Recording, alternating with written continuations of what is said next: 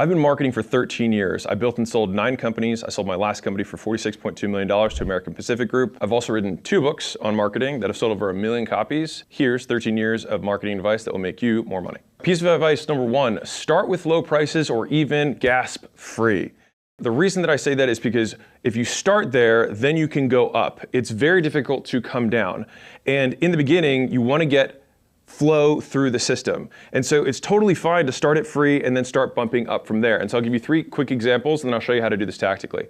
So when I started my first ever business, it was an online personal training business. This is 13 plus years ago.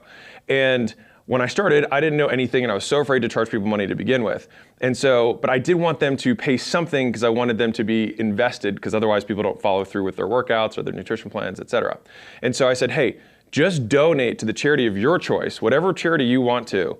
In exchange, I will then train you for 12 weeks. And so people would donate, I think it was $500 or $1,000, it was their choice, to a charity of their selection. And by doing that, I actually got my first 13 or so customers just by making posts and DMing people that I knew. And it didn't feel weird because I was like, hey, I'm doing this kind of nonprofit thing. I want to help you out if you want to lose weight and you can feel good about it and it's a write-off. And so we were like, oh, this is pretty cool. But the thing is like, that was the first time I ever did it. And then from there, I said, would you guys be willing to pay me now after we finish this 12 weeks? And a lot of them were like, sure. I was like, yeah, I'm the charity now. And so after I did a good job, they were willing to do that and refer me customers. The next business that I did this with was Gym Launch, when I actually started flying out to other gyms. So I used to do turnarounds and I did that for 2+ years. So I'd fly out to a gym, set up all the pricing, do the marketing, all that stuff. And I did it all for free. And I did it that way because I didn't know how I could sell those gym owners. And the deal that I made was, I only make money if I make sales and I'll front the cash for the marketing. So like they took 0 risk on and I would do everything, including pay for my hotel, my flights, my food, my rental car, everything. But being able to do that, it allowed me to get way more yeses quickly, test out the system in 30+ markets that I had, which then eventually led me to licensing that system to 5,000+ locations. And that was the company that I sold to APG. The third time that I did this was when I started my software company, Allen. And so when I started the company, I was like, I need to get some case studies. I need some testimonials. I need some stories to show successes, right? And so I think a lot of people in the beginning think this is only a beginner thing. But even if you're a big business owner, when you start out a new product or a new division, starting with free customers just makes a lot of sense. And it's for 4 reasons. One is that free customers become customers who become paying after the period as long as you do a good job. So it makes money in one way. The second way it makes you money is that they'll also refer you customers because you do a great job, they'll just send you other people and that can be contingent on why you do it for free for them. The third is that they'll leave you testimonials and reviews. So those reviews and those testimonials also you advertise and you can get more customers from them. And then finally, whenever you do stuff for free, I do it in exchange for feedback. I say, hey, tell me what I could do to make this better. And again, it's not saying like, tell me all the ways I suck. It's just saying, tell me how I can make this better. Tell me how I could make it worth it for you to want to stay and continue to pay. And ideally, the easy test of knowing whether or not this works is that they actually stay and pay afterwards. And so it's the easiest way to get going on any new product. And I think so many people start trying to sell stuff too soon without enough proof.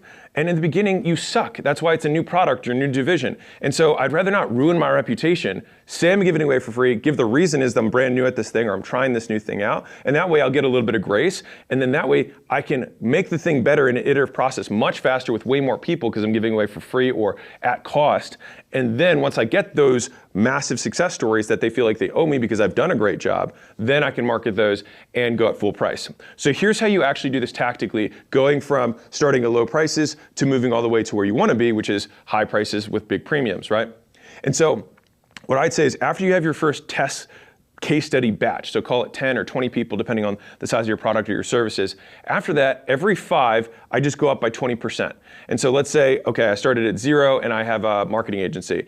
I might say, okay, the next 5 I'm gonna do for $1,000, right? And then from there, I might say, okay, the next 5 I'm gonna do for $1,200. The next 5 I'm gonna do for $1,500. And so you just keep going up by 20% until the conversion rate times the price goes down. So that way you can just calculate the total amount of money made off of X number of sales calls. And by doing that, you'll be able to see, okay, here's the sweet spot where I sell the most amount of units at the highest potential price. So my company Gym Launch that I sold for $46 million, that company, at its peak before I was selling it, we were taking home over $1 million a month in personal income.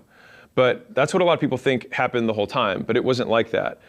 the actual very first business that I started in fitness, I actually gave away my services for free. I actually did it as a nonprofit for charity so that I could get clients in the door and test out whether my stuff actually worked and that I could deliver services. And when you're having the conversation with those first few people, whether you're doing it for free or you're gonna do it for a big discount, you say, hey, I plan on going to this price point, but I'm willing to do it for free in exchange for X, which is usually a feedback from me, and a public testimony if you're comfortable doing it. And by having those two things, then one, you guarantee that you get the feedback, which is the thing you need most, but you also can get the testimony that you can leverage. And then finally, you can also tack on a referral if you want to. Again, I'd say the testimony and the referral should be contingent on you doing a good job. And you say, hey, if I do a good job, would you be willing to do these two things? If they say yes, then you're good to go. The fourth one was just, do they actually want to buy at full price later, which will be the real test of how good you were. And I think the bottom line here is that when you start out, you're not that good. And even if your ego is like kind of convincing you that you are good, which I think is silly, just even imagine 2 years from now that you're gonna be much better than you are now. Well, that guy is probably way more experienced. So give that guy a running start by starting free now and then building momentum into it. And I have this saying that I repeat all the time in my team, which is create flow, monetize flow, then add friction. And so it's like you have to run water through the machine. You have to get flow into the system to see where it's going to break so that you know what real actually looks like rather than just trying to get rich on Excel. The second is the framework that I use for scaling advertising or scaling marketing in any niche. More, better, new. When you're starting out, more is almost always the answer. And so I remember when I was thinking about getting into content, I paid someone who had made a lot more content, had a much bigger brand, and I said, hey, what should I be doing? What should I do to make my content better? And he's like, dude, you don't need to make your content better. He was like, you're just not making anything. And so what he did was he pulled up his profile on LinkedIn and he pulled up my profile on LinkedIn. And he was like, I posted 5 times a day. You haven't even posted. And then he pulled up Instagram and he pulled up my Instagram and he's like, I posted 2 times a day. You posted once a week. I was like, man. He's like, okay, let's pull up YouTube and then my YouTube. And he just went platform by platform and he showed that he was doing 3x, 5x, 10x the volume that I was. And he was like, dude, you just got to do more. And that was this like I felt embarrassed because I just paid all this money to have someone just look at me and just say, do more. But hopefully I can save you the money and just tell you, you probably need to do more. And the interesting thing about this is that I later on had, at the point now when we had maybe a year ago, I had 5-ish million subscribers across all platforms. I had a friend of mine who's a billionaire who wanted to start getting into personal branding. And he said, hey man, can you check out my Instagram and see what's going on and why we're not growing as fast as I want to? And so I said, well, before I look at it, I was like, how many posts a week are you making across all platforms? He's like, oh, got that nailed. He's like, I'm posting once a day. And I was like, dude, we post 50 plus times a day. And he was like, got it. He just was like, you don't need to say anymore. I understand. Because he had enough experience in other realms to know that all of the things in volume that work in sales, that work in customer success, that work in product in terms of iterations, the same concepts apply to advertising and marketing. Like you just need to do a lot in order to figure out what works so that you can do better later. Now, what's interesting about this is that this also applies on the paid side. So I remember there was a chiropractor agency that approached me. They were doing about $2 million a year. And he was like, hey man, I think I've saturated Facebook. And so I was like, and this is when it was Facebook, not Meta. And I was like, what do you mean? He's like, I just think I've saturated the chiropractor niche. And I was like, this is a $10 billion a year industry. And you feel like your $2 million per year agency has saturated Facebook. I was like, do you know of any chiropractor agencies that exist? He's like, yeah, there's loads. It's like, there's hundreds of them. I was like, okay. So explain to me why every sale that is keeping all of them in business is somehow not sales that you should be making. He was like, got it. I was like, right, you're spending 40 grand a month when in aggregate, all the agencies that are selling to chiropractors are probably spending 4 million a month. And so all of the spend that those businesses are able to make in your market is your opportunity. Is if you can outcompete them, you can provide better service, you can have longer LTV, means you can spend more to acquire the customer than they can, and then you can eventually price them out of the marketplace. Because fundamentally, paid ads is actually an auction for attention. And so people bid against each other for ad space. And so if you can outbid your competition, you can have an ethical monopoly by literally bidding more than everyone else while still making money. And that's the crazy thing. And that's what fundamentally what you want to build in terms of the mousetrap of your business is how can I make more money from every customer than anyone else does so that I can spend more than anyone else can to acquire them. And so I had a portfolio company CEO who's a good marketer, come up to me and he was like, hey man, I think we really need to scale our ads. And I was like, I agree. And I was like, well, how many pieces of creative are you putting out, per week? And he's like, well, I just record once a month. I was like, okay, fine. Then how many ads are you making per session? He was like, we do about 15. So we do about 15 new ads per month. And I just kind of looked at him. I was like, dude, when I was trying to go from your size to 5 times your size, I was making 35 a week. And like nowadays, we make way more than that in terms of content and in terms of the ads that we do, like, because I make ads for school, and then I inform the ads across our portfolio. And so the big saying that I have that's like plastered on the wall that actually applies to sales and marketing is volume negates luck. Like, if you don't want to rely on luck and rely on one of those 10 ads or 5 ads that you make to be amazing, you just make more ads. And I can't tell you the amount of times that it just reset the bar, and that's what I'm hoping to do with this video, is like the amount of volume that the people who are ahead of you are doing is not 2x or 3x more. It's oftentimes 100x more, right? Even the 35 times 4, I think 140 pieces, the guy was making 15. It was 9x the volume of what he was doing, right? And some of you guys are making 5 ads a month or 1 ad a month and thinking that that's somehow going to be sufficient to get to your goals. And nowadays, and I'll explain later in this my whole ad creation process, but just the big headline is that in the very beginning, you just need to do a lot more than you think you do. The second is, once you've done more, then at what point do you start shifting to better? And the way that you can figure that out is when the return on effort for better exceeds 1 incremental unit of more. Meaning, if I've got 1 sales guy, if I add a second sales guy, then I think I have a high degree of certainty that I can probably double my sales by doing that. But when you have 10 sales guys, adding 1 more sales guy is the same level of effort as going from 1 to 2, going from 10 to 11, but it's only a 10% increase. And so if I can increase the overall throughput of my entire team by 20% or 25% by tweaking some SharpBrite stuff or doing a headline split test or changing CTAs on my ads, then those are things that would make me more money per unit of effort. And so in the beginning, you usually just need to blow as much volume through there as possible. That's the create flow, monetize flow, then add friction. The optimization steps really only matter when you have flow going through. And so you do more first, and then once you're big enough, better becomes a better return on effort. But once you then go through the better steps, then you usually have to go back to, okay, how do we do 10 times more than we are now? How do we go from 10 sales guys to 100 sales guys? And that's the thinking that you have to go through in order to start scaling in terms of orders of magnitude. And when you have so much volume, you're able to iterate so much faster. Like even us recently, we started making more content on YouTube.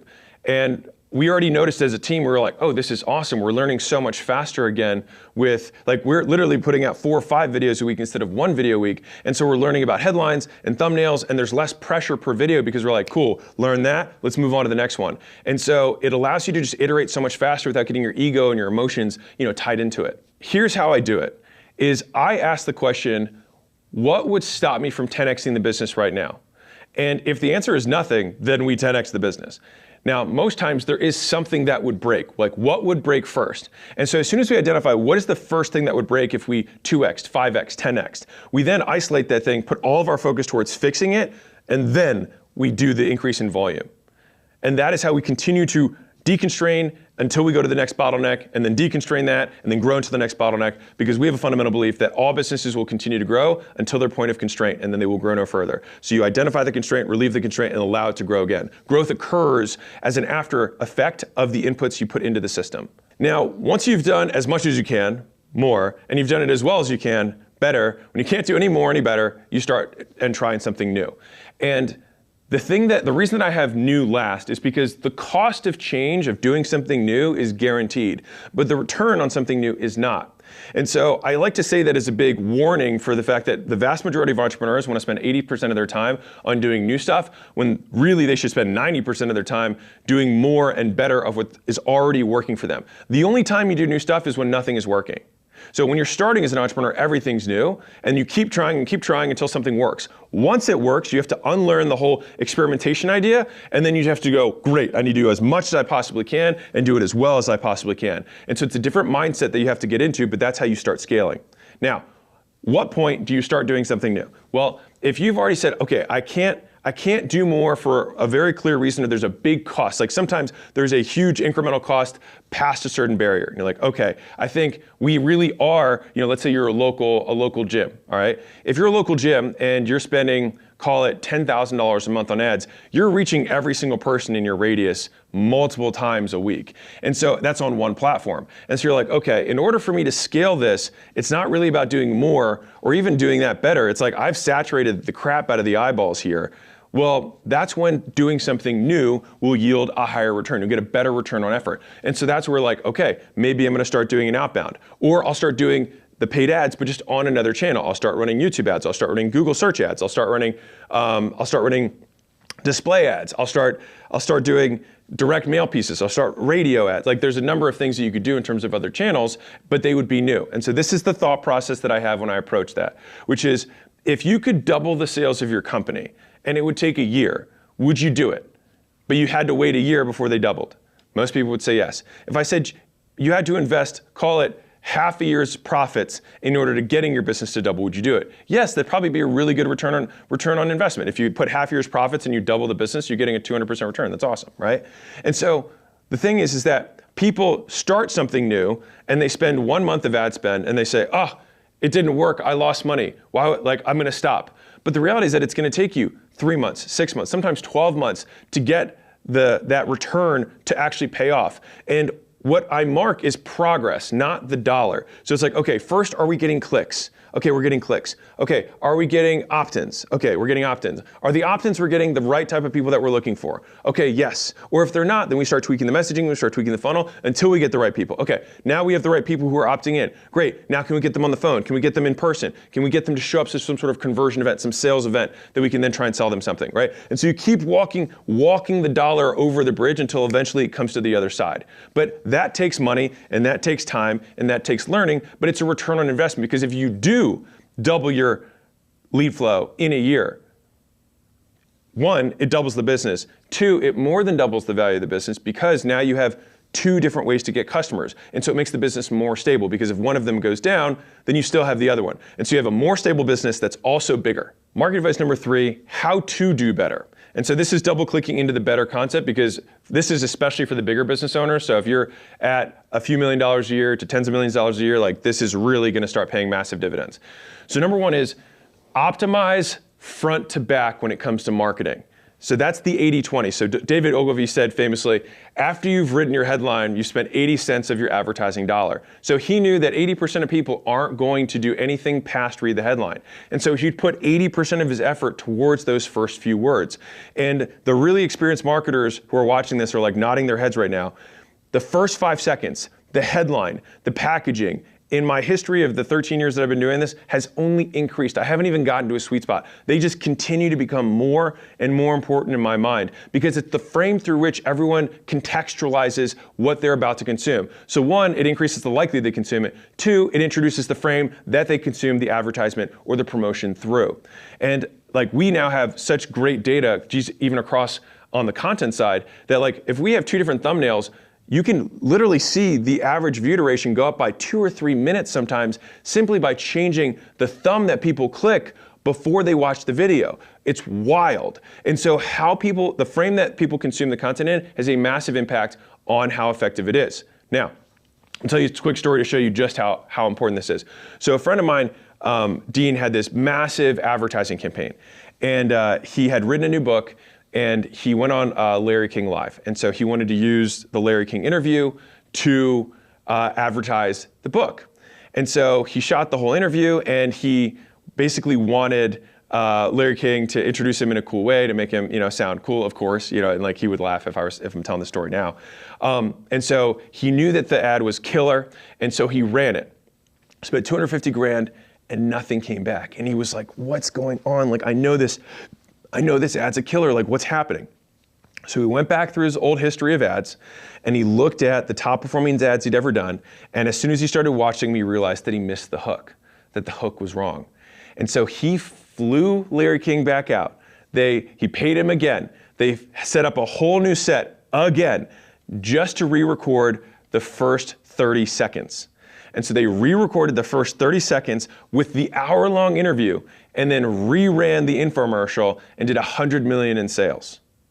And so when I heard that story, I was like, this is why that the first 5 seconds, the headline, the hook is so important. And that's what I spend now a disproportionate of my time on. And people are listening to this and you guys are nodding along, but you're still not getting it because it's not real for you. And it took me forever to figure this out. When we make ads, and I'll get into my ad creation process later, I do 10 times the effort on the first 5 seconds. 10 times, actually 10 times. So if I have an hour, I would spend 55 minutes on the first 5 seconds and then 5 minutes on everything that's after that. Like that's the proportion of how much time I'm spending on just getting that first part right. I'll give you a content example of this. So I was invited to this content creator thing with all the top guys, probably 10 guys there. The lowest guy in the room was me, and the next lowest guy was at like 10 million plus subscribers only on YouTube. So they just had me there for entertainment, who knows. And I remember one of the guys had about 15 million subscribers, and he was pissed that this other content creator had basically copied his video, and the copied video had done better than his, like 3 times more. He got like 30 million views, and his got like 10 million views. And the main guy there, who had several hundred million subscribers across all his channels, was like, let's pop it in, let's roast it. And so they press play on the video, and 5 seconds in, he stops the video. He's like, dude, you didn't confirm the thumb. He's like, the headline and the first 5 seconds weren't confirmed. And he was like, I don't need to see any more. And he just walked out of the room. And so this guy had spent weeks, making this thing, obsessing about every detail of it. He had a 20-page plus brief on how he was making this video, and he missed the first 5 seconds. And that was the guy who had the multiple 100 million subscribers was like, that's it. And he just walked out and got lunch. And so when I saw that, I was like, wow, like, it just reinforced how important this was. And recently, just at a micro level, one of our portfolio companies, this is an 8-figure plus business, we simply changed the headline on the landing page. Like we did nothing else. We kept same ads, just changed the headline. We increased booking rate by 62%. Now here's what's crazy is the opt-in rate remained the same, but simply because of the frame of the promise in the headline, 62% more people chose to book calls for that business. And so it just shows you that how you frame what people are then going to consume has a massive impact on how much value and how likely they are to take the next step.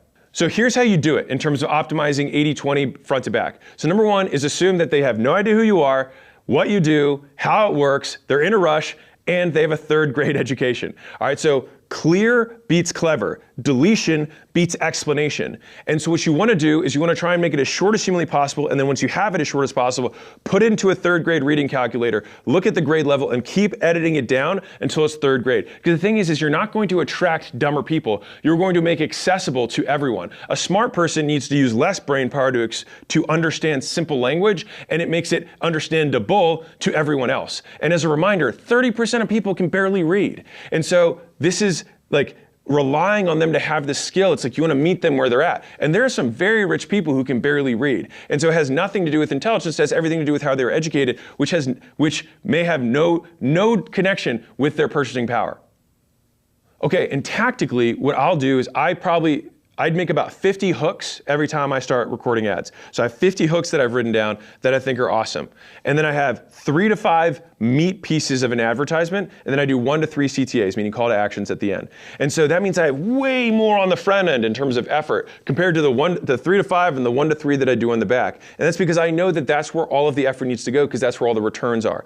And here's the difference. And this is why I say you optimize advertising specifically from front to back, because it's very rare that you're going to be able to double or triple or quadruple the amount of throughput you get in a funnel by optimizing the back end. If you have a 30, call it a 50% show up rate, okay, if you get it to 75%, that's massive, but it's a 50% jump, and that would be a massive increase in show rate if you did that. But I can absolutely get CTRs from 1% to 4% by just optimizing the hell out of the front end. And that's a 4x increase. That's 4 times the throughput that goes through the entire funnel. And so I put my effort there because you can achieve 100%, 200%, 300% increases on the front end, whereas it's much more difficult on the back end. Now, for sure, you want to optimize those things, but if I'm going to allocate my effort, I want to get the biggest bang for buck. So when you're making your hooks, I call it a call out. So I'm reading page 136 from my book.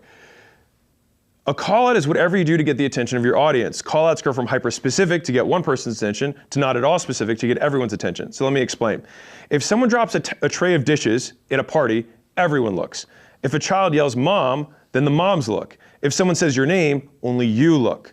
But again, they all get attention. And so I try to make my callouts as specific as possible to get the right people, but broad enough to get as many of them as I can. So pay close attention to how advertisers use callouts, especially the ones targeting your audience. And so what I'll do is I'll look at all the ads from other competitors who are targeting that same audience as me. And the ads that are running a very long time, I know that that callout is working well. And so I will write down all the callouts that I see, and then I will write out the words that I know my customers go by. And I'll either start with a problem that I think that they're struggling from, or a question that I think that I know that they'll say yes to, or I'll simply state moms in Nevada, homeowners in Clark County, right? Very clearly calling out, this is for you. And that's exactly what you want the person to say when they read the headline or hear the call out, this is for me. And the more specific you get, oftentimes you'll be surprised. You think that going as broad as you can is going to increase the number of opt-ins, but when you get really specific about the type of customer you're really trying to attract, you will often find that they're like, oh, I wouldn't have responded to the broad thing, but this one's just for me. And you get more people in terms of qualified leads in the door by being more specific. Piece of advice number 4, LTV to CAC is the only thing that matters. And if I had only one metric that I could find out about a business, if I only had one that I could pick, it would be the LTV to CAC ratio. And let me tell you a quick story that will kind of drive this home. So a friend of mine owns a bow manufacturing business, and they do 20-30 million bucks a year, so relatively large business, established. And he was like, hey, we're trying to get into paid ads. Now they had all these distribution relationships, but they want to open up this new channel. And he says, hey, you're the marketing guy, right? So can you, what would you do here? And so as I was explaining the process the strategy that I want to outline for him, he was like, well, what's the benchmark I should be looking at in terms of leads? And I was like, dude, the benchmark is irrelevant. Everything just comes back from what's gross profit. So it's like, okay, so what's the average gross profit on a bow? I'm making this up. Say it's $500. Okay, so if we get leads for, call it 20 bucks, and we know that we can get 1 in 5 leads to buy a bow, then it means it cost us, our CAC is $100, and our gross profit from selling each bow is $500. So it costs us $100 to make $500 of gross profit, 5 to 1. Awesome. And so fundamentally, is $20 a good lead cost? Well, yeah, he's getting 5 to 1. If it was at $10, then he'd be getting 10 to 1. And that's assuming the same ratios. And so it just depends on what percentage of customers you convert and at what price point you're converting them at. CAC to LTV or CAC to LTGP, so I use LTGP to be more specific. Lifetime value is just the amount of gross profit you make from a customer over the lifetime of them being a customer of your business. CAC is the cost to acquire a customer, which is the all-in cost, including sales, marketing, software, everything to get someone to give you money. And so the CAC to LTV ratio is simply how much money it costs you to make more money. It's the foundational economic unit of any business. And so making sure that you know how much money it costs you to make money, that fundamentally feels like a very important metric in order to scale the business. And over time, as long as you don't have some big capital expenses in terms of scaling your business, that fundamental return that you get will reflect the compounding growth of the business, provided you don't have other constraints to growth. So for example, if I have meals that I sell for $10 and it costs me $9 to package and ship them and deliver them, then I have $1 of gross profit per meal. And so if someone buys 10 meals from me, I'm not making $100, I'm making $10 in gross profit. And if the average person buys, call it 5 weeks of meals, then I would make $50 in lifetime gross profit. And so the only way that I would want to be able to acquire customers is that the cost to acquire a customer in this example, I'd want to have probably at $15 or less. Because you can't do it at even, because then there's no money left over to do everything else in the business. And so the rule of thumb is that you want to have at least 3 to 1 on LTV to CAC. But again, LTV is not lifetime revenue, it's lifetime gross profit, right? And that's what people I think a lot of times mess up, is they don't even know what their gross profit is, and then they spend blindly. So I'll tell you a fun one. So if you've seen Starbucks advertise, now a lot of them, they just use their storefronts as their advertising at this point, but they make about $14,000 in LTV per customer. And so they can spend absurd amounts of money to get customers in the door. Like even if it costs them $500, they're still making 28 to 1 on the money they put in. And that is why that company's been able to scale to the moon in terms of the number of locations. And so I will say that all the money that I've made in my life that has been the crazy money has come from crazy LTV to CAC ratios. And so the smallest ratios that I've made crazy money on is 30 to 1, all the way up to 100 to 1 to 200 to 1 returns in some of the businesses I have. And so those windows don't stay forever. And when you do have one of those, you just want to dump as much money into that machine as you possibly can, because a lot of wealth is made in very short punctuated periods. and then sustained by long periods of maintenance where you're getting 5 to 1, 8 to 1, 10 to 1. Those are fine numbers. But most of the time when you're at 10 to 1, as soon as you start scaling it, it might drop to 5 to 1. And so I actually end up seeing the bigger the ratio is at the beginning, the more indication it is that I can scale profitably. Because if I'm, let's say, spending $1,000 a day and I can get 100 to 1, then I know that I'm probably gonna be able to get to $100,000 a day and get 5 to 1.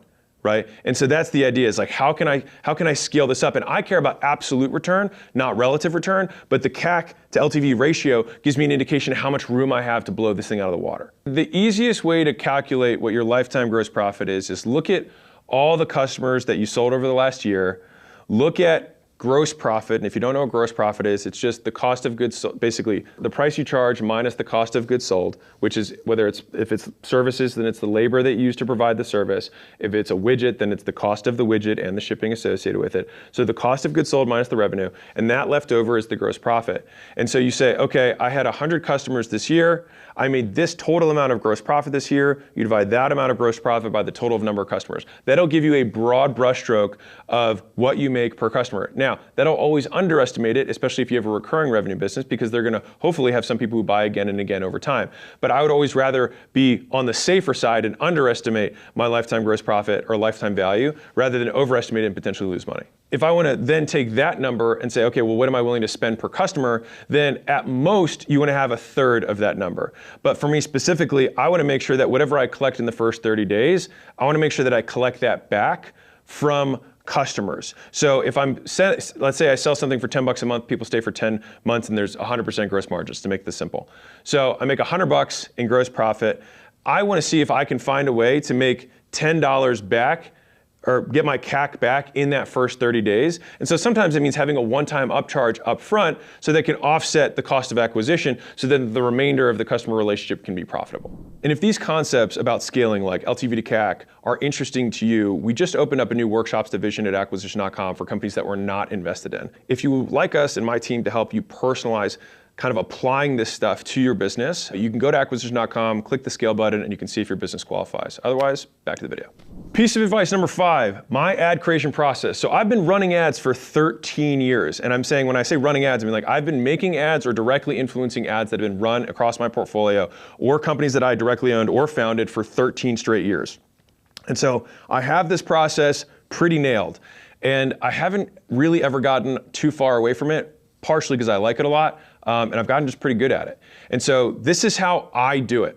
So number 1 is that at all times I'm collecting data. What I mean by that is, like, if I see ads on Instagram or I see ads on YouTube, like I have no premium accounts on any platform because I want to hear the ads. I want to hear the hooks. I want to hear what they're doing to draw attention. And I like using that stuff because I'm also a business owner. So the people who advertise to me are the people that are going to try and hook my attention. And so I can still use that stuff to get to my avatar. And so if you are your avatar, the ads count double for you. And so I screenshot, I record the stuff that I find interesting, and I add it into one folder. Then when I get to my ad creation process, which I do once a week, I then sit down first thing in the morning, and I do these the same day I record. So that's just a piece of advice that has worked well for me, like cramming for the test. I cram for my ad sessions because then everything's top of mind as I go into the day. And so I pull up all my swipe files of all the things that I want, like my inspiration from. The second thing that I pull up is all my historical best performing ads. So I look back 1 year, 2 years, 3 years sometimes at all my best ads, and I drink those back in, and I watch the first 10 seconds, watch the first 30 seconds, see, okay, how was I capturing, what was the angle, what was the hook here? And then I start the actual hook creation process. Now, 40 of my 50 hooks that I'm gonna write out are going to be stuff that is tried and true. I'm not going to try and reinvent the wheel. We've already spent zillions and zillions of dollars. I know that these hooks, these entrances work well. Now 20%, the last 10 is where I get to use all my inspiration and other ideas to try and experiment on. But most people flip this. They try and do a little bit of the stuff that worked and then they have lots of new ideas. I'm telling you, I've done this a long time. It's way more efficient to just do more of what worked and then leave a little bit of experimentation so that if some of those things stop working over time, you have this fresh batch that you've been trying out that then can become the control that you try and beat. So citing back to the 80-20 concept of you put 80% of your effort into the hooks and 80% of your effort goes into stuff that's tried and true and 20% for the things that are new. All right, so I make about 50 hooks. So 80% of that is 40 hooks and 20% of that is 10 hooks. So 40 out of my 50 hooks I do for things that I already know have worked in the past. 10 hooks I save for my new creative ideas. And so that's for the inspiration stuff that I see or anything that I come to that cram session that I want to get out. From there, I then have my 3 to 5 angles that I'm going to write that's going to be educational or some sort of value that I'm going to deliver, or some sort of belief that I want to break, or some sort of list or steps or stories that I want to tell as the core meat of the ad, some sort of proof I want to demonstrate. And then finally, just a quick CTA in terms of call to action. But the majority of my effort is all on the 50 or so hooks that I'm going to write, 40 of which being recycled versions of things I already know work, and 10 being net new. And this sounds boring, and it is boring, but it's also what works. And believe me, I have tried to change this process a lot of times. Like, this works. Let's say that you have a mega winner, and these happen, and this is where you get, this is power law. Like, that top 5% makes 95% of your income. Like, we run all these ads to figure out which is the one ad that can sing and just crank and print money. And so what I do is I use something that I call the kaleidoscope process. I've never heard anyone else sell it, so I'm owning that title. All right, and so the kaleidoscope process, this is how you do it, is that let's say you've got a winning ad. So I had an ad at Gym Launch that actually the now president, Kale, made when he was a customer, of him in front of his gym, the gym being full, and his wife's next to him, and he's like, 6 months ago, I was working a full-time job in order to pay rent at this gym, and my wife was pregnant, and I had a 2-month-old, and I had no idea how I was gonna make ends meet. And then here we are 6 months later, the gym is full, it's completely outsourced, and I've already got an offer for $250,000 on the gym. If you've ever been worried, like, take the jump, just follow the process, it works, right? It was a very simple ad. But it murdered, it absolutely crushed. And so rather than say, wow, okay, well, that was nice, let's try and do that, let's try and get somebody else to say that, we took that and we squeezed the living life out of it. And so here's 10 things that I did to get more out of that ad. So one is I changed the color of the backgrounds, if I can do that, right? Or backdrops. Is there a way that we can record that ad with a different background or a different background color, like if you have a green screen? Second, are there different props that we can introduce that ad? All right, so can we show stuff? Can we show visuals, or we can show physical props? 3, can we just reenact it? Or just say, hey, Kale, can you just do it again? Just literally do the same ad. Different t-shirt if you want, same exact thing, just do it again. And if you're the one making the ads, you just do your best performing ad again. You can, 4, reorder it. So we took the ad that was already the original winner and we just re-changed the order up of the ad and it still converted. The next thing is we added visual filters. So think black and white, think sepia, think high contrast, low contrast. These are all different things that made the ad look different than it was, but it still delivered the same message. The next one is visual effects, right? VFX, like doodads and whiz bangs and things like that you can add to, again, make it look different. The next is changing fonts and captions. So it's like if we had a font style that was one way, we just changed the way the font style looks. Another is that you can change the pacing or the speed of the video itself. You can actually do it at 1.2 or 1.5 and have it go through, or slow it down at portions. You can add music to it. There's another one, right? You can also use the same hook, which is like, we knew the hook from that first ad obviously crushed, and then just say, hey, re-record it again, we'll use the same hook and use a different back, right? And so all of those are different ways that will take a winner and then 10x or 100x how much that winner gets us. And I'm telling you, if you take one thing from this video from advertising, squeeze the living hell out of the winners.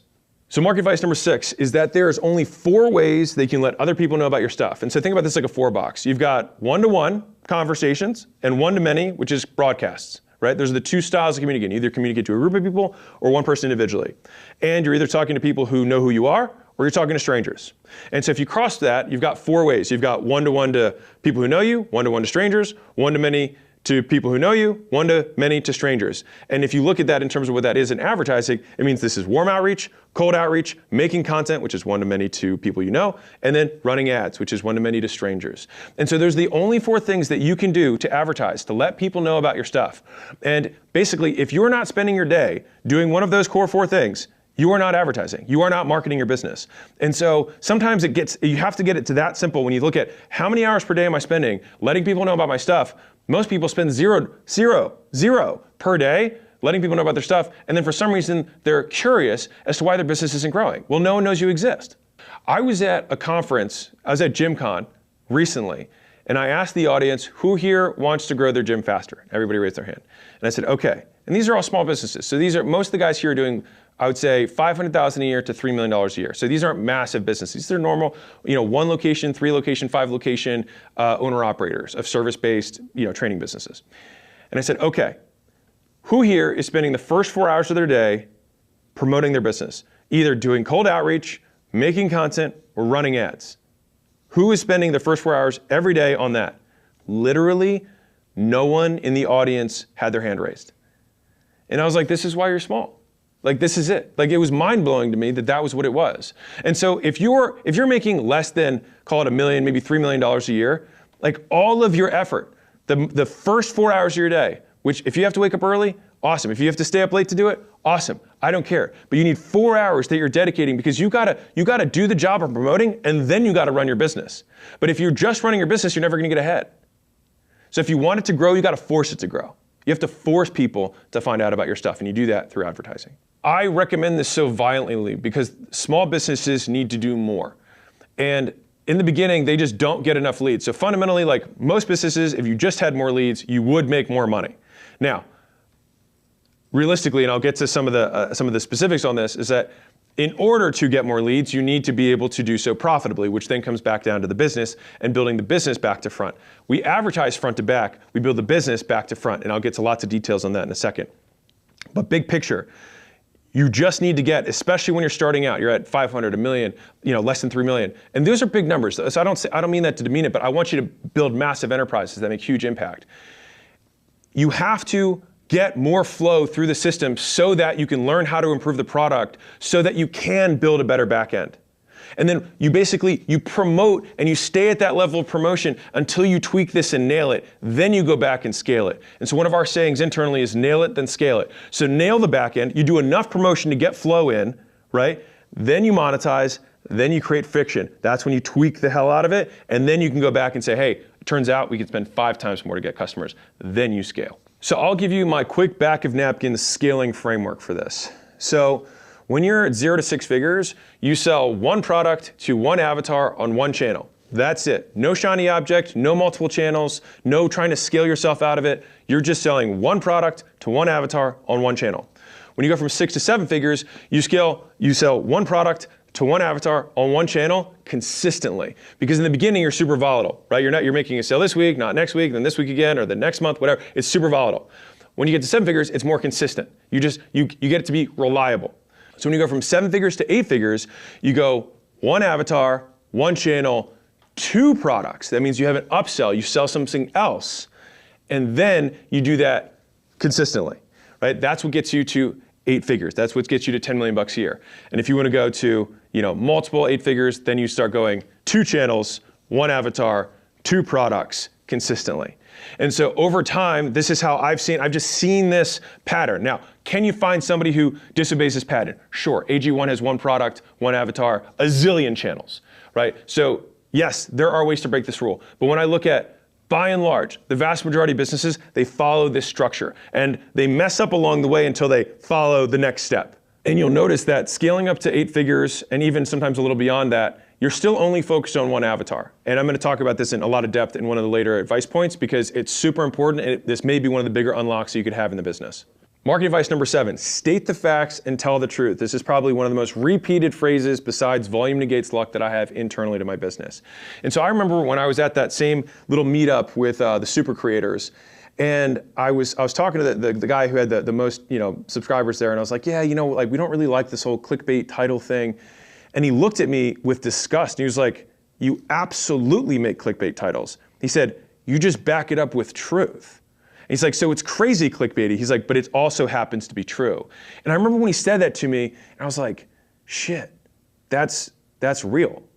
And it's funny because that was a concept that I have in terms of paid ads, but I hadn't thought about it in terms of content. And so it's so interesting how some of these principles just apply across domains, but like sometimes you have to relearn the same lessons, which I hate doing, but I did it anyways. And so the problem is that most businesses don't track results. And it's because if you don't track, you don't care. Now, they don't track partially because it's kind of like ignorance. Like they know they don't deliver good results, and so if they track it, then they'll have facts and truth that they will be proven that they're delivering bad results. But the first step is tracking it, because once you start tracking it, you can improve it. And measurement as intervention is actually a scientifically proven method to lose weight, to improve sales, to improve anything you want. You can literally simply tracking it, not trying to do anything else, but simply tracking your weight, simply tracking your close rate, simply tracking your ad performance will improve it because you're just putting attention on it. And so if you don't track, you don't care. Now, once you do start tracking it, you can start doing things to actually improve it beyond just measurement as intervention. And so when you do that, lo and behold, your stats get better. And then you can state the facts and tell the truth and have that truth be wildly compelling. And so, real talk, part of the reason that GymLaunch to this day has still not been beaten or dethroned as the largest company in that space is because we still have better stats and better results than anyone else does. The average gym who goes through 12 months of GymLaunch makes over 100,000+ a year in added profit by using the systems we have. That's just what it is. And so, like, if it makes sense for somebody to triple their money, then they make the purchase, right? I like to take a lot of emotion out of the sale. Like, if this makes sense for you, if this return makes sense for you, then do it. If it doesn't make sense, then don't do it. Now, the risk they take on is, what about the bottom 20%? And so the nice thing is that we track that. So the bottom 20% averaged $40,000 in additional revenue. So they basically broke even. And so it's like, that's the bottom. And so, like, if that's you, then it's like, yeah, you worked and you basically broke even. That kind of sucks. Now, I'm not talking about the top 20% because those guys add 500,000 plus per year. But the thing is that if you track the stats, then you can promote the stats and you can do so truthfully. They go from unsubstantiated claims to substantiated claims. Like, one of the things that I'm most proud of in school, School.com, which is the platform for people who are trying to start their businesses. This video is mostly for people who already own a business, but if you're trying to start a business, 30.44% of people who finish their first month make their first dollar online. Like, I'm super proud of that. And we just rolled out this massive new thing to basically make it even easier, even faster to do it. And right now we have 35% more people actually succeeding there. So I think we're gonna be at a little bit over 40% now. So I'm super stoked about that. But, like, unless you measure, like, if you don't track, you don't care. Here's the tactical steps. Collect data first. So you implement a data step where you collect data from people day 1, day 30, day 60, day 90, at the end of the program, or whatever your implementation is. You track data throughout. Number 2 is you keep improving things until the data becomes compelling. And number 3 is, how do you actually present that data? So there's 4 variables that matters when you're presenting the data. Number 1 is the percentage of people, whether that's the median, the average, or the percentage overall of people, that's number 1, who 2, achieve X outcome, 3, in Y time or after X attempts, and 4, under Z conditions. And so it's like, we get X% of gyms, so it was, whatever is the average gym, so right, average gym owner makes an extra $100,000 per year in profit, so that's the outcome, after their first 12 months in GymLords, or Gym Legacy, which is the program that we have at GymLaunch, right? And so those are the conditions, right? And so it covers all 4 of those. So when you're making these, you wanna hit all 4 of those things when you're explaining the data publicly. And I will say that the fewer conditions you have, the more compelling it is. Because, for example, if I said, the average gym who spends $10,000 a month and has 10 employees and has two methods of acquisition and a large group training and a small group training achieves, by the time I even get to that, you're like, whatever, right? And so you wanna strip away and really, like, I would rather have a fewer condition statement that has lower results, me personally, than a higher result one with more conditions. Marketing advice number 8, say what only you can say, show what only you can show. And this is one of the other isms that I have internal to my business. And so if you're the only triple black belt in Ohio for Muay Thai, then say that you're the only triple black belt in Ohio for Muay Thai, right? This is talking about the things that you have done rather than telling people what to do. It's how I versus how to. And so my concept for making amazing ads and making amazing content is 2 steps. Do epic stuff, talk about what you did. And so you can outcome people or you can outwork them. So it starts with the outworking, and then the outworking creates the outcoming, and the outcoming is a much shorter headline, but the outworking them still works, right? I can start by saying, hey, I wrote these 2 books. Writing 2 books would be an outworking thing. Like, anyone could do it, there's no outcome, but hey, I wrote these 2 books. But then if the books are good, then I get the outcome, which is that we sold over 1 million copies. They're still number 1 and number 2 in marketing to this day, multiple years later. And so the idea is that first you do the work, and then you get the outcome. But most people want to say epic stuff having done none of it. And so you can get past the judgment of other people because you're not saying, hey, you have to do anything. I'm saying, this is what I did. And so the idea is that everybody wants a return on their time, all right? And I remember hearing this first concept from Eric, who's a YouTuber, and he said, dude, I made this thing where I went on 100 dates in, basically I did an entire season of The Bachelor, but I did it in 16 minutes. He's like, what a steal. And he said that to me, and I was like, man, such an interesting concept. Like, he just took something that was really long and made it really short, and he crammed it in there. So value per second was super high. And I'll just give you this one, is that it's not about seconds of value, it's value per second. That's what matters. Like, everybody has access to infinite information. So you just saying I'm going to give you more stuff is not helpful. What you want to do is curate it and pack it and distill it and crystallize all the value in as tight a package as humanly possible so that their value per second skyrockets. And you can do that by saying, hey, I spent 10 hours editing, I spent 20 hours making a summary of this book, and you can read the whole thing in 10 minutes. That's why summaries still always work, right? Because people want to get a deal on their time. If they get the same result for a fraction of the time, it's always a good deal. By the way, if you ever want to sell to rich people, just promise the same result in half the time for twice the price. And even if you think about this video overall, it's like, well, I spent 13 years doing all this stuff, and I'm trying to compress those lessons into whatever amount of time this video is.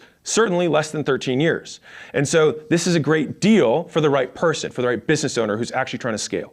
So how do you actually do this? So if I had a marketing agency showing what only I can show, I want to demonstrate. And so rather than say, hey, I'm going to get you leads, what I want to do is get on a sales call and I'm going to play what a live lead that I got for one of my companies, one of my clients sounds like. And I'd be like, hey, listen to this call, it's a minute long. Do you think you could you take 50 of these a month?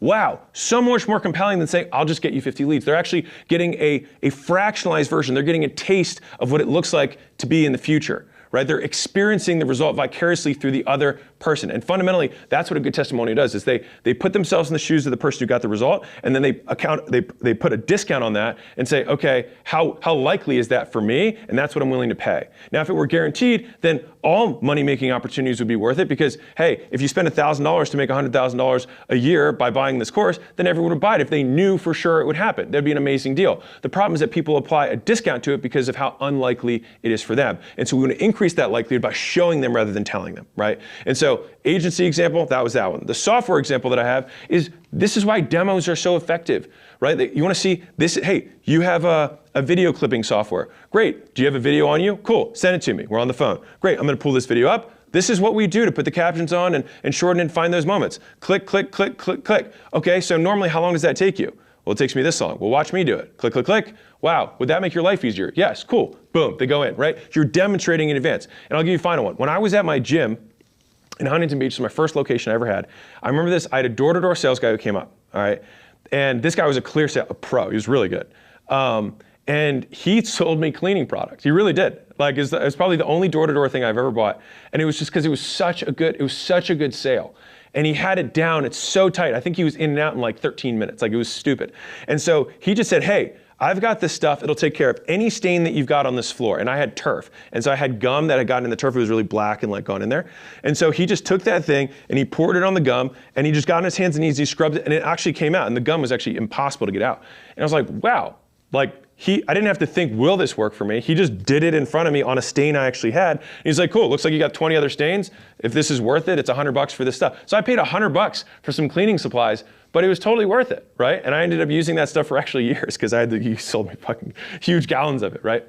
And so again, it's whenever you can, and don't say, oh, this doesn't work for my business. Try and imagine, how can I make this work for my business? Show them what they will experience and do it in a way that no one else can do it. And so, for example, the reason I say like do epic stuff and then talk about it is that you continue to live life every day.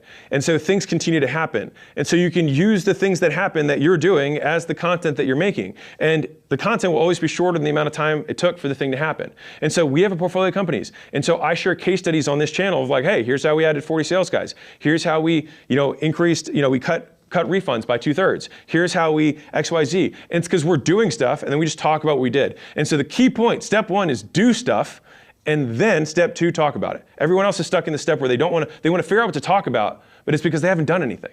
If you do stuff, you have more than enough to talk about. Marketing truth number 9, how and when to expand your market. There's 5 ways. Now, big picture, the vast majority of people need to do way more with their current market. So just to give you context on this, I had a guy who came out to a workshop and he said, hey, I'm a coach who coaches, right? And I was like, all right, fine. And he said, I'm making $2 million a year. It's a really saturated space. So I think, should I go broader? It's a general business. And I was like, dude, how many coaches exist? And he was like, zillions. And I was like, dude, I think you just need to get better. Because if you were the best coach of coaches, then you would be able to take all of the market share that all of those guys have and it would come to you, right? Winner takes all if you're the best. And so just to give you an example, and this is the one I gave him, I said, gym launch. Everyone knows this is a gym company. but you don't know how niche it really is. So one, we didn't work with personal trainers. Number two, we do now, but we didn't for the first 4 or 5 years work with big box facilities. So large, facilities where you pay, $10 to $70 a month to have access to the pool, the racquetball thing, the cardio area, the weights, basketball, whatever. We didn't work with them at all. I call those facility leasing. We didn't use those. We didn't work with yoga. We didn't work with spin. We didn't work with Pilates. We literally only worked with micro gyms that did before and afters of weight loss and transformations. They had to do fitness and weights or some combination of those. That was it. That's a niche of a niche of a niche. And that business still cranks out $30+ million a year. All right. And so the idea here is that you want, the market, if you are the best, is still massive. You just need to solve the thing that matters most, which is being the best. Now, if you have solved being the best, there's 5 ways that you can expand. And so I'll tell you what we did, because Gym Launch has expanded. I told you now we do big box, but there's 5 ways you can expand. One, I think about it like a pyramid. So let's say you're in the middle. You can go up market, meaning you go to higher value customers. So for us, that would be health clubs, the big boxes like I was talking about, multi-location owners or franchisors. Those would be going up market, more valuable but fewer of them, like the pyramid. On the other hand, you can go down market. I could go after personal trainers. I didn't go after them. We don't go after them. But if I wanted to, that would be a move that I could make. I would have to sell a lot more volume at a lower price and build the infrastructure to support that kind of volume. I could go adjacent, which would be, okay, I've got gyms, I'll do chiropractors, or I've got gyms and I can do weight loss clinics, right? Or med spas or something like that. So something that's adjacent that serves a similar avatar, but a slightly different business model. That would be adjacent. And the 5th way you can do it is that you actually go narrower. So that was the 4th way. So the 4th way is you can go narrower, which is say, okay, instead of all gyms or just micro gyms that service before and afters, I say I only do, ones that do weights, or I only do ones that only do cardio, right? Or I only do boot camps, or I only do semi-private. Like I'd niche down even more. The alternative is that you go broader, and I say anyone that's in health and wellness. And so those are the 5 ways that you can expand. You can go up market, you can go down market, you can go adjacent market, you can go narrow, or you can go broad. Now, despite me saying these 5 ways of expanding, and everyone gets their juices, their jollies off by thinking about how they're going to expand, most time I'm going to start with that original story, which is that you can make $10, $20, $50 million a year just serving one very specific avatar. And the vast majority of businesses, this is including portfolio companies that we purchased, I would say more than half the portfolio companies we've purchased, we did this exercise and we made the avatar narrower. We got more specific, not broader. I learned this process from Vista Private Equity. So if you don't know who they are, they're a $100 billion plus private equity, one of the most successful private equity of all time. They focus on software companies. And I talked to their head of pricing and packaging, and he gave me this one line, and it changed my life. And he said, you want to know how we get the crazy returns that we do? And I was like, yeah, obviously, I want to know what you guys do. Now, obviously, they do lots of things. But the one thing that he pulled out, he said, we just know the company that we're buying's customers better than they do. And so we go into the data room. So whenever you do an acquisition, there's something called a data room. You put all the data for your business in there so people can analyze it and make a decision about whether they want to invest. And so we go into the data room and we analyze all their customers and we say, okay, we order them by who pays the most and who's worth the most. And we say, this is the 20% that does 80% of the revenue. And what they do is they look at what channels those people come in on, what offers, what marketing those customers do. And they basically stop doing the rest of the 80%, and then they expand that 20% to be 100% of the business. And so by doing that, they can have the same size business, but 5x the revenue, and arguably even more on the profit. And so just power law, the Pareto principle, 80-20, and they just apply it to the customers. And so right now, this is how you do it for you, is you look at all the customers you have up to this point, you look at the top 20%, and you say, okay, what do these people all have in common? And so I like to think about this in terms of psychographics, what do they think? Geographics, where do they live? Demographics, what do they look like? And then I would say like actions, like what have they done or what did they do to get this result? And so when I look at each of those frames, I try and eliminate as many variables as I can so I get to 2 or 3 variables that clump all the best customers together. And then I make that in my marketing and I tell my sales team we only sell these people going forward because I know that these people are worth 5 times more, 10 times more. And then guess what's able to happen? We run ads for those people, and then our LTV skyrockets so we can spend more to acquire customers, and this is what allows you to scale by going narrower. And so the problem is that most business owners can't say no to fast money, and so they never get the big money. And so I had 2 companies that came out for a workshop that we had, and they were both agencies. It was a very simple example. So one was a generalist agency. They just did anybody who knocked on the door, they would take their money. The other one just did professional services. So that's legal, financial, insurance, like those types of services. And The generalist guys, I said, okay, you have this big list of customers. I'm sure that there's a subsegment of those customers that you do exceptionally well with. And they're like, oh my God, we crush it for IT people. And I was like, okay, cool. So what percentage of your customers are those? They're like 8%. I was like, but are they more profitable by percentage? And he's like, oh, by a mile. They're by far the most profitable. I was like, okay. So if your entire business, and they were really struggling in terms of infrastructure, they were like super stressed out, you could see it. I was like, if your whole business was just those, do you think you would like that business? And he was like, oh my God, that would be a breeze. And I was like, well, then we can build that business. And so that means that from here on out, you only sell those people. And over time, the percentage of the pie that's those customers is going to continue to increase until eventually you can cut the customers that are not your main thing. And then in a year or 2 years, you've completely transformed your business to something that's been productized. You get really efficient. You get even better at it because you only serve those customers. You get better at acquiring them, get better servicing them, you get higher margins, and you actually like your life. And so the same thing happened with the second agency where I said, what are the customers you have? And they're like, actually, we're really good at specifically family law attorneys, so like divorce attorneys. And they had all these other things. I was like, but divorce attorneys you're really good with. And they're like, yeah. And I was like, then just sell divorce attorneys. And because the thing is, if you just sell divorce attorneys, it's a multi-billion-dollar per industry. Like there's no reason you can't do $100 million a year or $200 million a year just selling those people. And the same with the IT. So the idea is like people start taking on more avatars because they think that's what's necessary to grow. But, and I've said this before, but better creates bigger.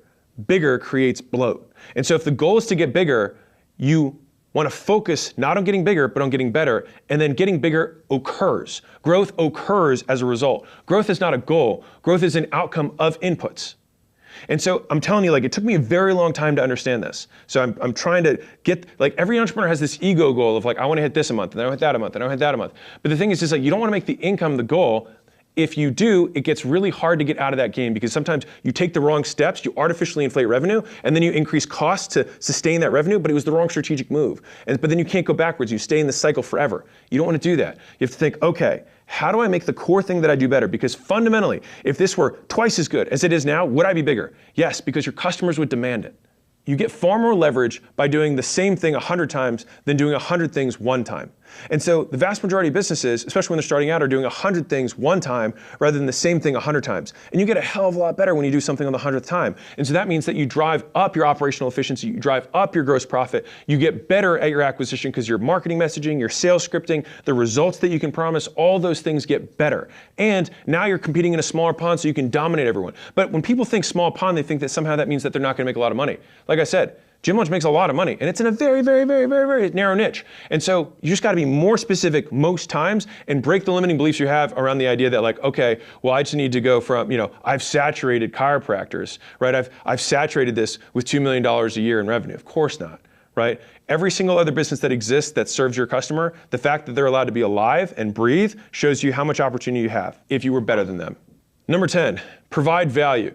Now, everybody talks about providing value, but what does that even mean? All right, so in this book, I talk about something called the value equation. It's probably the most cited chapter in this whole book. But I break down what are the elements of value. And so there are 4. Number 1 is the dream outcome, which is what does somebody actually want? So if I were to offer like Daniel, who's behind the camera right now, I said, hey, you can get in shape or I can make you $1 million.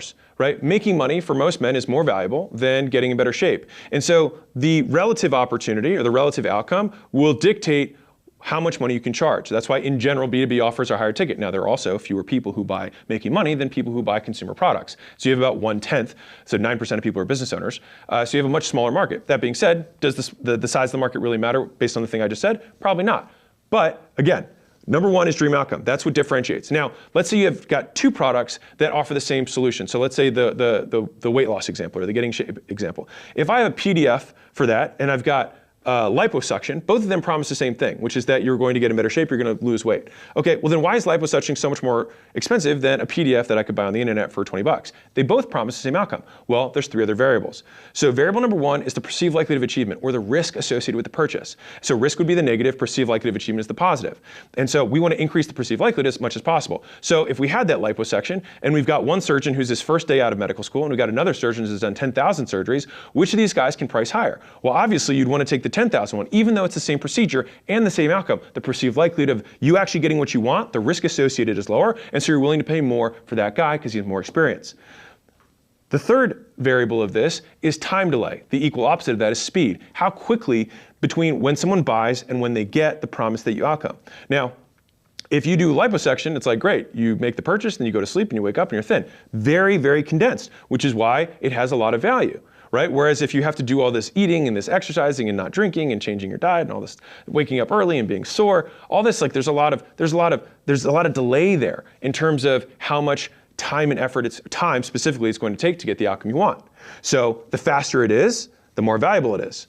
And then finally, you have effort and sacrifice, or equal opposite, ease. How easy can you make it? And so if you're trying to think about this in simple terms, it's how risk-free can I make it? How easy can I make it? How fast can I make it? And is the thing that I'm promising, the outcome that I'm promising, something they actually want?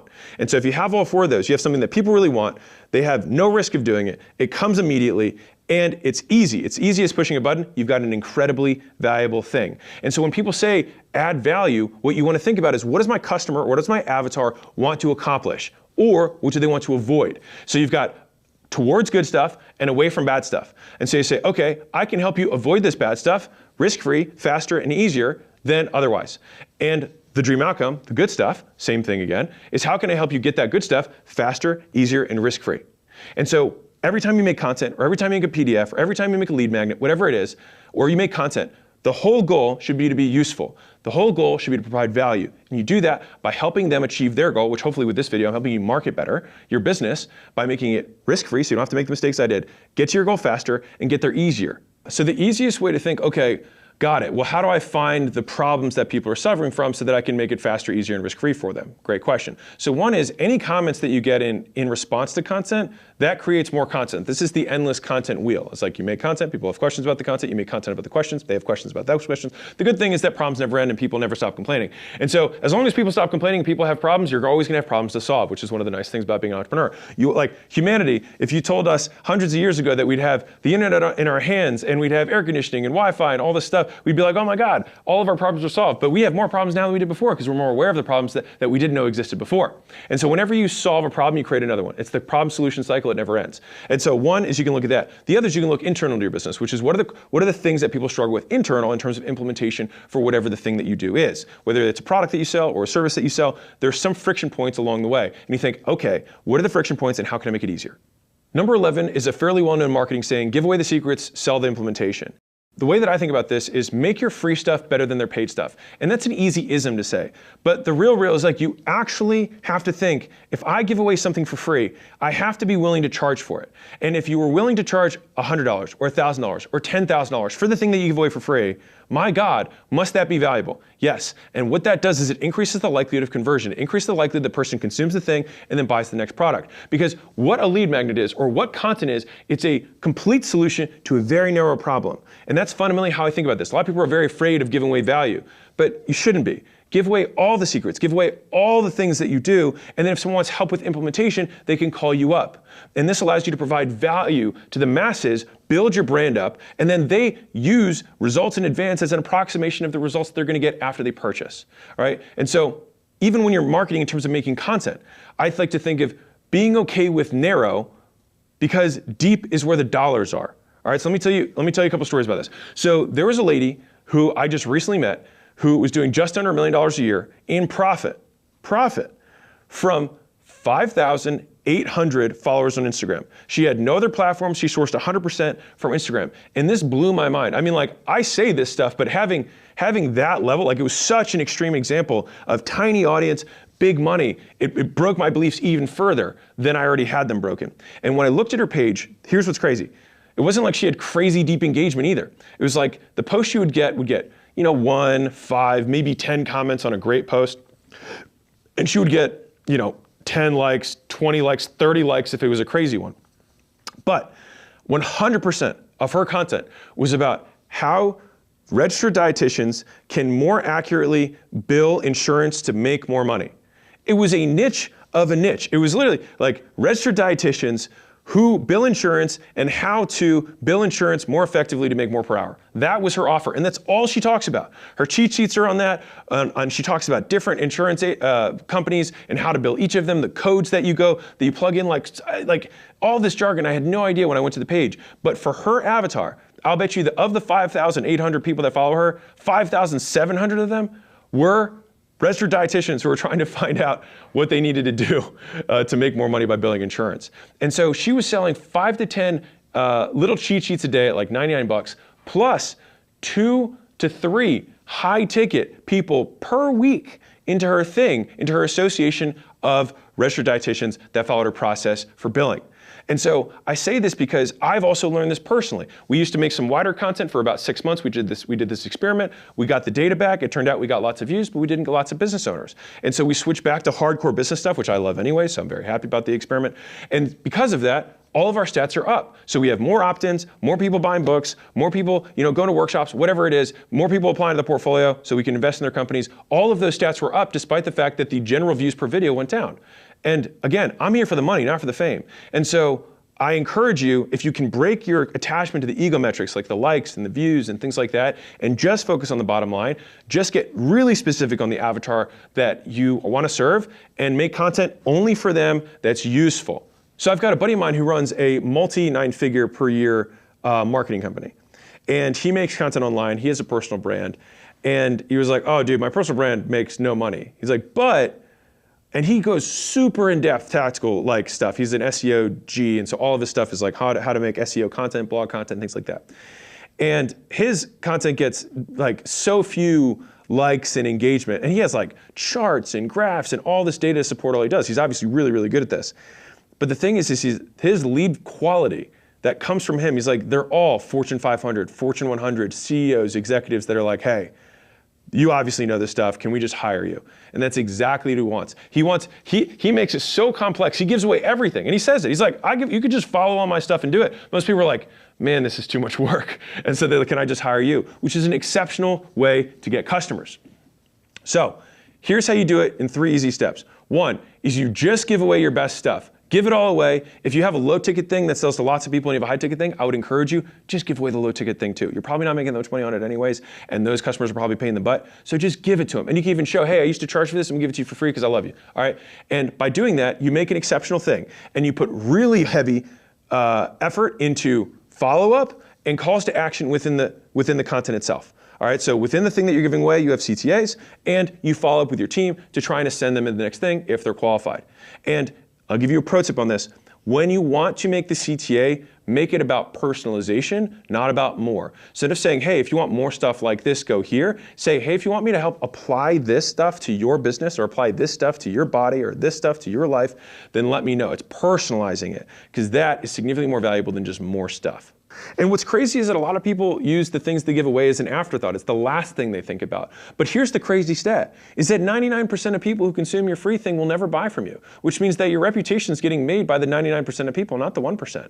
And so if you want to improve your reputation in the marketplace, make sure the stuff that you give away for free is awesome. Also make sure the stuff that you sell is awesome. And if both those things sound like a 4-letter word, which is work, welcome to business. And so I talked earlier about going up market or getting narrower on the avatar that you want to serve. A lot of people have downsells, and I think over time I've gotten less and less into having downsells and more along the lines of like, if we have a lower avatar and we're downselling 10% of calls into this thing that's paid, if 10% of people are buying something that's 1/10 the price because it's a downsell, then it's going to change my revenue by 1%. I don't really care. It's not even worth the headache. I'd rather just give that away to hundreds of people for free, because if the cost is free, way more people will consume it, and then get a higher percentage of people to buy my next thing, and I allow my marketing messaging to attract the higher quality customers. So this allows me to go up market or narrower and give away all the other stuff so I can create my more qualified customers. The amount of businesses that I know that, one, that we've invested in or two that we've helped, simply make way more money by just giving away the thing that was their big headache, that was a low ticket thing, just so that they could focus on serving the best customers. Most times you'll make money going up market. Marketing advice number 12, all advertising works, it's just a matter of efficiency. I want to drill this down people's throats. The amount of time I've said Facebook ads don't work for us, Google ads don't work for us, TikTok ads don't work for us, direct mail doesn't work for us, radio ads don't work for us, content doesn't work for us, outreach doesn't work for us. Fundamentally, if you have a qualified person on the other side and you make an offer to them that solves a key problem for them, if you can get them on the phone, you can make money, period. So if you can rephrase the problem as, I don't know how to make Facebook ads work for us, I don't know how to make TikTok work for us, I don't know how to make content work for us, I don't know how to make outreach work for us, then that becomes a problem that you can solve. Now, this is really important. So I talked earlier about optimizing your advertising from front to back, and that's true. But when you optimize a business, you optimize this from back to front.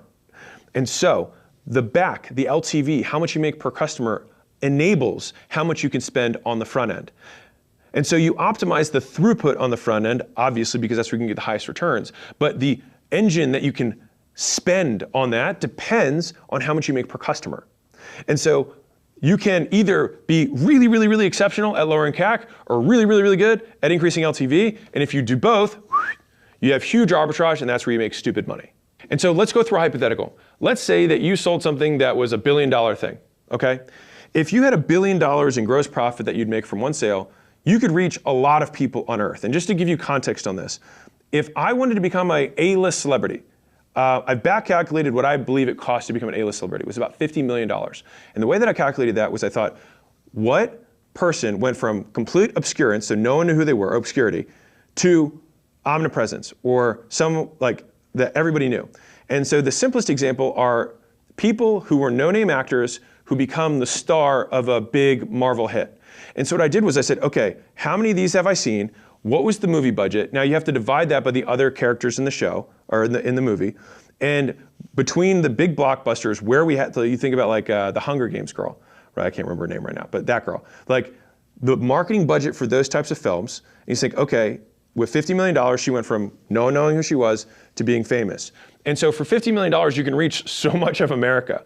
And so I use this as a hypothetical because if you had something that you sold for $1 billion, you could spend that and still make 20 to 1. And so the idea is, yes, we optimize our advertising from front to back. We put our effort on the front.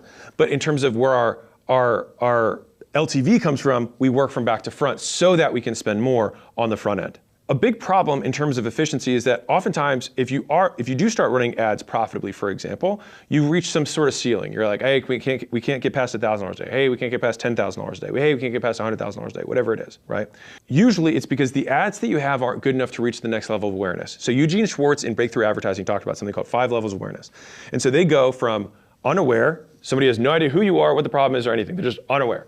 The next level is problem aware. That's where you see ads that are like having trouble sleeping at night. Do you have back pain when you lean over? Like things like that. They ask open-ended questions that make someone aware of the problem. Underneath of that is solution aware. Have you tried this before? Have you tried this before? This is where someone knows the solutions that potentially exist.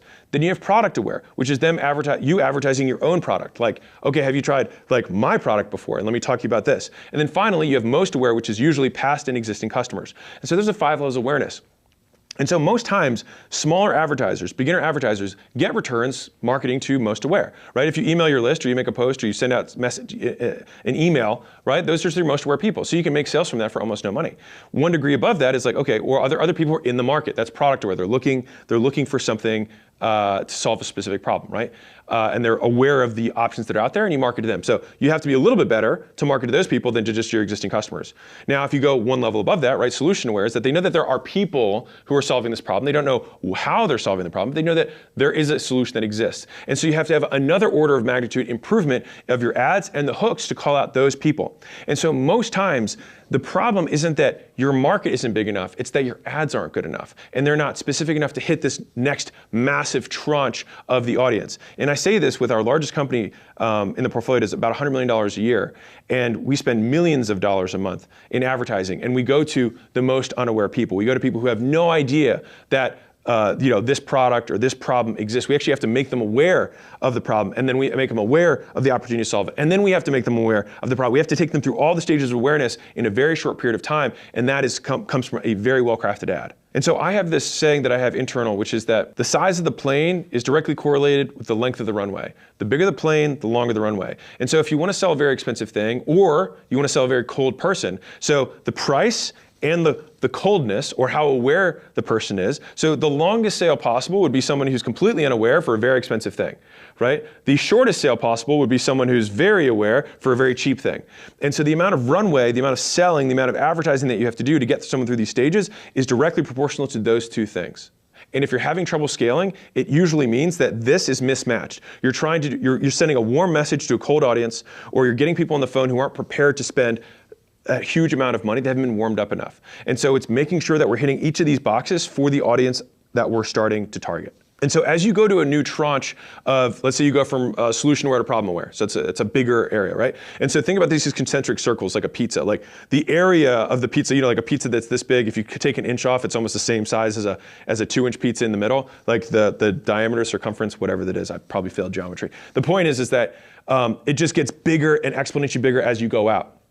And so this is a weird visual that I have for this, but if you think about a watermelon slice, And at the tip, there's lots of seeds. And as you go down, there's fewer seeds. But you still have to pay the same amount to reach all these eyeballs to find the few seeds versus in the beginning when you have lots of seeds. So your density of sales per 1,000 eyeballs goes down as you go to more unaware people, because you're going to go to people who just simply don't care and never will care. But you have to, and this is where the LTV matters so much and the optimization matters so much, but you still, if you can be profitable in a larger tranche that's 10 or 100 times as big, that's when you start really printing money.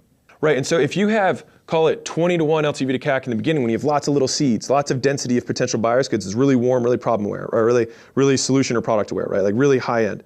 As you go down, you might drop to 5 to 1 in the middle. You might drop to 3 to 1 at scale, but you're at 100 times the spend. And so in that case, you're still making way more absolute return on the investment. Another way to think about this is like a golf course. And so if you could only putt, then you're going to only make 6-inch putts. That's only the top little seeds of the watermelon. But think about how much more area if you learned how to drive and you learned how to hit a 3-iron. I'm not very good at golf, you can obviously tell. And then you learn how to hit a wedge. There's so many more shots that you can make if you have these other skills in your arsenal. And so think about each of the levels of awareness as another club that you have to learn how to hit so that you can get more balls in the hole from any part of the course. Marketing advice number 13, we need to be reminded more than we need to be taught. And I think this is one that's going to break a lot of your beliefs. And so I want to really emphasize this one because it's important. Once you start making content, once you start running ads and you start putting stuff out publicly, you start advertising, you're going to get to a point where you're like, I feel like I've said everything that I was going to say. Now, remember, you continue to live life every day, you continue to do stuff, and you can talk about what you did. So that can break that. But my mom said this to me once, and I always remembered it. She said, the news never changes, just the names. And I really thought about that. It was like, there's always a rape, there's a war, there's a murder, there's a car accident. Like the actual story doesn't change, only the names. And so if you think about that with content, like there is no new content. Like the human condition has not changed for thousands of years. Like the older the problem, the older the solution. And so we're making content and we're putting stuff out there. And when I think about myself, the things that I follow, like I follow philosophy pages because I am okay rereading Epictetus' stuff. Like I read his stuff before and I read it in quote form again, and when it comes up again, I like to be reminded. I like to keep this stuff top of mind. That's why I follow those pages. And many people follow your pages for that exact same reason, is that the stuff you talk about is stuff that they want to keep top of mind. They want to be reminded of that stuff. And getting taught is much more difficult than being reminded, but they're equally valuable. Because if it changes their behavior, then you still did teach them. Again, you just reminded them. And what's crazy about this is that like the Friends show right now, if you've ever heard of it, is being watched more now than it was a few years ago. So reruns, like people watch reruns because there's nostalgia or whatever reasons you want to pick to it, but people are willing to rewatch the same thing because they know how it ends and they know they liked it. And so you can make the same thing again because also your audience who's new a year later hasn't seen that thing. And so if you make something new to them, even though it's quote old or a reminder to your existing audience doesn't mind the reminder, and the new people never saw it to begin with. And if you want to have different ways of creating variety, even around the same topics, I would encourage you, instead of thinking of getting into trend hacking and talking about the news, talk about your news. So it's about what are the new things that are happening now. This is the do epic stuff, talk about what you did. And so this is where we tell new stories to explain the same concept, because for that specific audience, you'll reach a different type of person or different avatar that still might be within your market with a story about a mother and a daughter versus a father and a son versus a military vet versus a small business owner, right? There are different avatars and you can tell the same story, but it happens to a different name, just like the news. And people still watch the news every single day, and then what we want is them to watch our news. You can tell the same concept, like the value equation. The value equation I explained in my book. I also have a course on my site that I explain the value equation in a different format. So think about it in terms of formats. This is written, I have an audio, I've got videos that are on my site that are in a course format. I'm mentioning it here now. I have it on whiteboards that I've explained it. I've applied it to services. I've applied it to education. I've applied it to physical products. I've applied it to software. And so you can take the same idea and think, how can I display it in new formats, new mediums, and new contexts? And so when you have that, and then you extrapolate on top the news of your life, even though you feel like it's saying the same thing, the amount that it takes to create something novel is very small. And so I'll tell you this story that I think will wrap this up. It's the story of Henry Ford. And so Henry Ford had in his office. He had his marketing person right next to him. So he walked past the marketing department over and over and over again. And this is back in the day when they didn't have computer screens. So it was just they had mock-ups and big posters and things like that for whatever the next ad campaign for a new Ford car was. And so he walked past this guy's office for 3 months. At the end of the 3 months, he was like, "Hey, John, when are we going to stop running this ad? I'm so sick of it." And John, the marketing director, looked at me and said, "We haven't even started running it yet." And so the thing is that we get so much sicker of our own content before our audience even remembers your name. And so the thing is that we assume that every person consumes every piece of content you ever put out. We put out 50 plus pieces of content a day. I'm grateful if somebody watches one a week, right? And so the idea here is that you put out significantly more, but we have this assumption that everyone's paying attention and no one is. And so we put out tons of volume with the hope that we catch one person on that one day. And I might have made 4 things about the value equation. Actually, you can give me good feedback, so this will be good. If you haven't heard about the value equation whatsoever in my content up to this point, drop a comment. Because I want to prove that this, even though I've talked about it in a zillion formats, some of you guys didn't even know how to book, right? People need to be reminded more than they need to be taught. And for those of you who don't know, themissionacquisition.com is to make real business education accessible for everyone. And I spent the last 4 years plus making content and hopefully giving away all the stuff you need to scale your business. And I love getting the messages and the stories that we do. But it would mean the world to me if you just shared this video with another business owner who they can hopefully compress 13 years into however long this video ends up being to save them all the scars and so they can just have the lessons. Thank you.